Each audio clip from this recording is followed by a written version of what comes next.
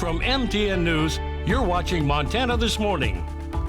Bozeman School Board votes to send kids back to full-time in-person classes, but not until November at the earliest. Coming up, learn why the vote may mean less than it seems because of limits to the plan. And a Butte police officer rescues a woman from a burning vehicle, gets burned himself. Coming up, how all that happened. That is really an amazing story as well.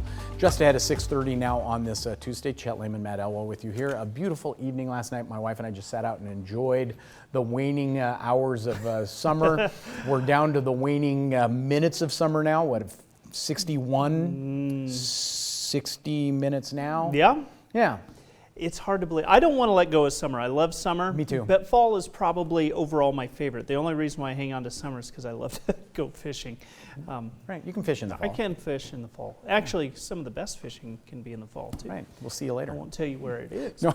Temperatures into the 30s and 40s, 27 degrees in West Yellowstone. We are looking at the potential of some cloud cover for the afternoon, maybe an isolated shower in the mountains. Our temperatures are going to be pleasant. We still have a smoky haze in place, but right now our air quality is considered good across all 4 reporting stations in southwest Montana. As we head into the weekend, a big shift in our weather pattern. You won't want to miss what we have in store. It could include snow in some places. That's all coming up. I introduce a new wrinkle every single break. Yes, you do. We'll talk about that coming up in just a bit. That's awesome. I love how you just sneak that in there We're so trying. slyly. That was awesome. 6:30, our top story this half hour. Bozeman School Board says full in-person classes 5 days a week could resume for most students in November and January. On a 7-1 board vote early this morning, members voted to resume full 5-day-a-week in-person classes for pre-kindergarten to 5th grade on November 2nd. Middle school classes to resume at the beginning of the second trimester, which the school calendar says is November 23rd. High school classes in Bozeman will resume at the beginning of the second semester, which again, according to the school calendar, is January 27th. Now, none of these dates are firm. The vote says in-person classes will only resume if metrics developed by the school board are met and there's another board vote. However, those metrics were not explained. That meeting did not end until 1 o'clock this morning.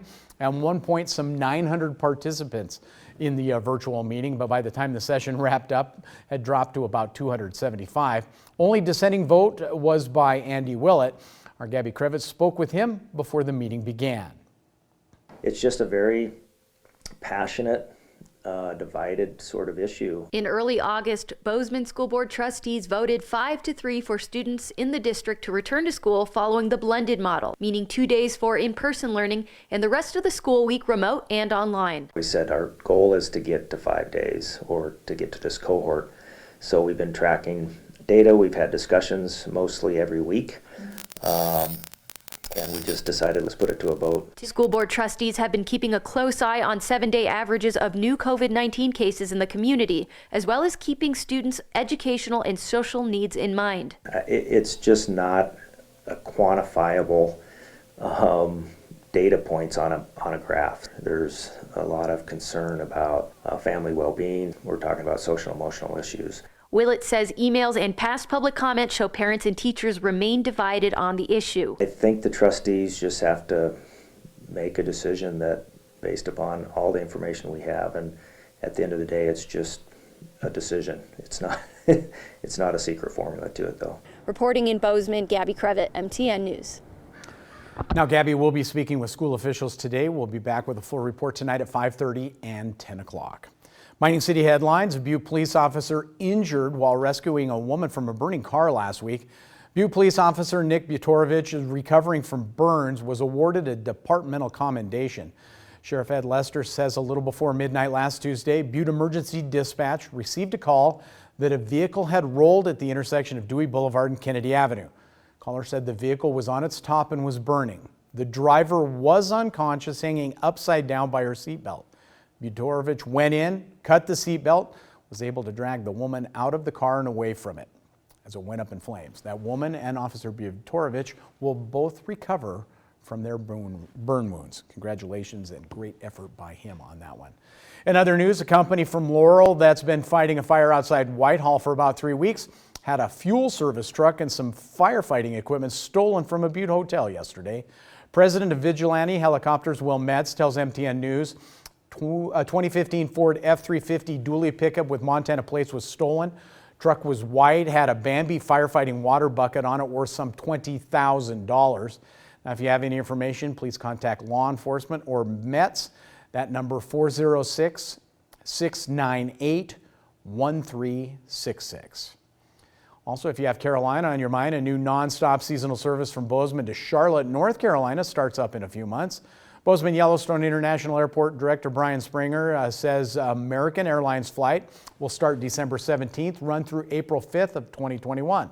Springer says it increases the connection between Southwest Montana and the airline's network in Florida, the Caribbean, and the East Coast.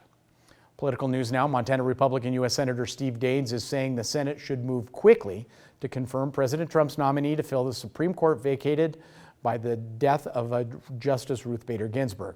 But as MTN's Mike Dennison reports, Daines felt differently back in 2016 when Barack Obama had a chance to fill a vacancy during an election year, plus what Governor Bullock is saying and Senator Jon Tester. In 2016, when conservative U.S. Supreme Court Justice Antonin Scalia unexpectedly died, the Republican majority in the U.S. Senate refused to consider President Obama's nominee to fill that vacancy. GOP senators, including Senator Daines, said a vacancy should not be filled during an election year.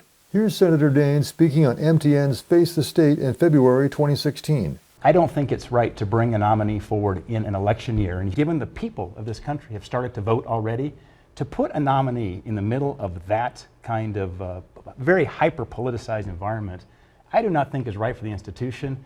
And frankly, let the people speak, and we'll move forward in January 2017.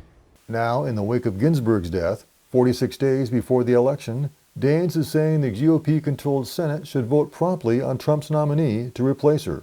That vote would create a 6-3 conservative majority on the high court that could last for a generation or more. Daines said if the Senate waits and Democrat Joe Biden is elected president, Biden would choose a Supreme Court nominee who is, quote, a liberal activist judge who will threaten our Montana way of life, end quote. Daines is up for re-election this year. His Democratic challenger, Governor Steve Bullock, says the Senate should wait until the inauguration of the next president before filling Ginsburg's seat, just like they did in 2016. Senate Republican leader Mitch McConnell, however, says that's not going to happen.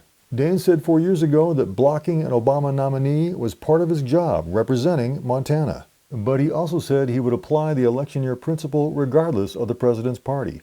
Now, would you be taking this position if the president was a Republican? I would. Reporting from Helena, Mike Dennison, MTN News. By the way, Senator Daines' office provided some additional information last night on the Supreme Court vote. Daines says when one political party has controlled both the White House and the U.S. Senate, the Senate has confirmed a president's nominee for the Supreme Court. Daines says the Senate will exercise that power now, as it did in 2016. What's at stake today is our Montana way of life, and there is a very clear choice. President Trump will select a well-qualified nominee who will protect our Montana way of life, someone who will defend the Second Amendment, who will support forest management projects and the Keystone Pipeline. Democratic U.S. Senator Jon Tester also said 4 years ago that the Senate should act on nominees during an election year now. He says they should not, but that he's merely asking for Republicans to apply the same standard those members applied back in 2016. Well, this weekend, MTN kicks off our series of debates for U.S. Senate, Montana Governor, and on Saturday, the U.S. House. Democrat Kathleen Williams and Republican Matt Rosendale take center stage with our panel of reporters, including Jay Cohn, Jill Valley, and Mike Dennison. Watch Saturday night, 6 o'clock on KBZK KXLF, or with the streaming app for Roku, Apple TV, Fire TV, or Android TV. Taking a quick break here on Montana This Morning at 6:38. When we come back, a new reality TV show giving away a trip to the International Space Station. Learn how that will work right after the break. But first, here's Gail King with a look at what's coming up at 7 o'clock. Good morning to you. Ahead on CBS This Morning, the fight to replace Justice Ruth Bader Ginsburg on the Supreme Court heats up. We'll talk with Senator Ted Cruz, who now supports filling a vacancy in an election year. Also, with the U.S. approaching 200,000 COVID deaths, that's according to Johns Hopkins University, the CDC creates confusion on how the virus spreads, which some tracking services say we've already hit the 200,000 mark. Either way, the number's high and not good. We'll ask Dr. David Agus what the science shows on how you can protect yourself. And Late night hosts Desus and Mero, these guys are hilarious, share their take on news and pop culture with a drink in their hands. The comedians talk with us about their new book and offer their best life advice. It's a doozy. We'll see you at 7 o'clock on the dot.